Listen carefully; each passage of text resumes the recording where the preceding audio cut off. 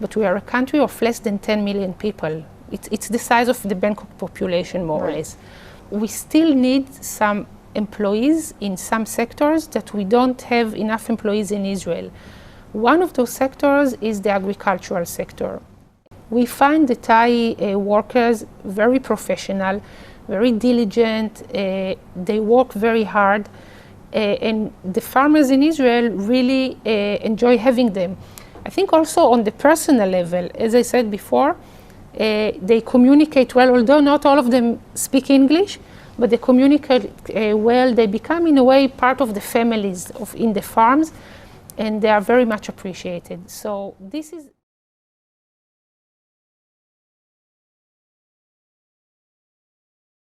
In 2010, we had an initial agreement between our two countries through the IOM, through, international organization.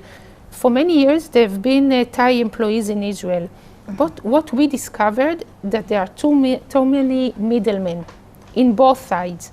And at the end of the day, the one that paid the price and had to pay so many commissions to everyone were those Thai employees. And we said, this doesn't make sense. So at the beginning, we had this initial agreement with the IOM, and the employees came to Israel through the IOM. But then the IOM came out of the whole picture. And now we have G2G agreement between the government of Israel and the government of Thailand, really to make sure that the rights of the employees are going to be kept. And this is one thing that is extremely important for us. So today, according to that agreement, we have 25,000. This was agreed between our two countries, and we have 25,000 employees.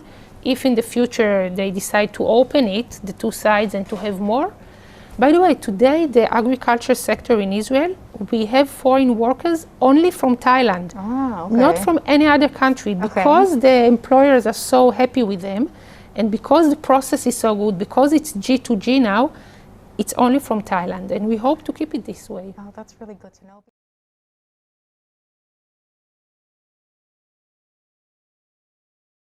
I think, first of all, the wages is quite good, like what they earn.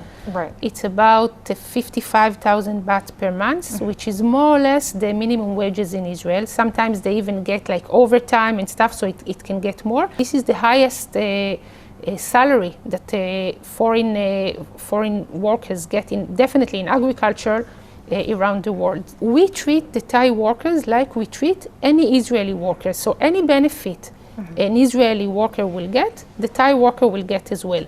The salary, the overtime, the medical insurance, anything that they may need or may be entitled throughout their life in Israel, they get like an Israeli worker. And this is something that is important. But more than that, it's important for us that the Thai workers know that. Because it's not enough that we say in the agreement that they get A, B, C, and D. They need to know what they are entitled of. So we have a lot of information. Everyone that arrives to Israel, and even in the orientation they get here in Thailand, they get all the information in Thai. They have kind of a hotline. If they have any complaints, if they have any questions or problem, they have a hotline that they can actually call and ask for advice and ask for help. And also in Israel, if there is a problem with an employer, he will not get any more workers. He will be fined. I mean, it's not that the workers go to Israel and that's it, So there's a monitoring, like a follow-up.